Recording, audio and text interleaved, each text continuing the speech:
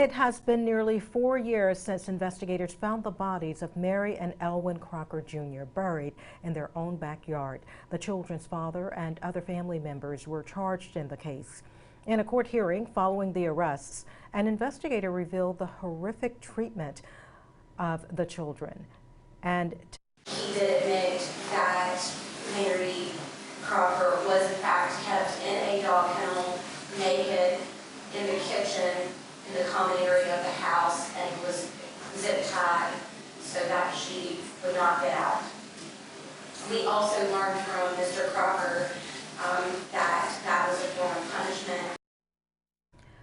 Elwin Crocker Sr., Kim Wright, and Mark Wright all face murder charges. If convicted, all three could face the death penalty.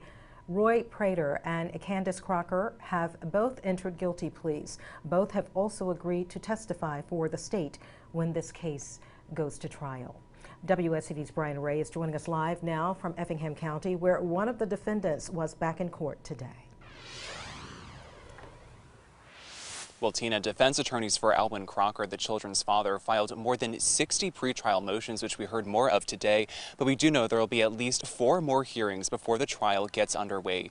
Defense attorneys for Crocker shared a dozen motions to the judge today. They seem concerned with news coverage of this case and finding an impartial jury, asking the judge to close the courtroom for pretrial hearings where evidence will be shown. Crocker's attorneys also filed a motion to prevent the state from seeking the death penalty and to dismiss the indictment altogether, arguing the charges and dates are too vague. Here's the state's response.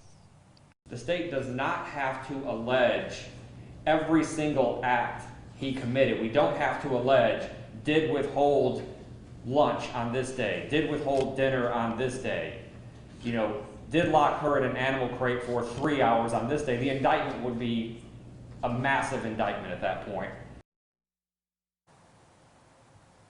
The judge did not issue rulings on any of the motions today. Now, Crocker's mother-in-law and her son will both have to stand trial, but the judge says that Crocker will be tried first. His next pretrial hearing is scheduled for October 27th.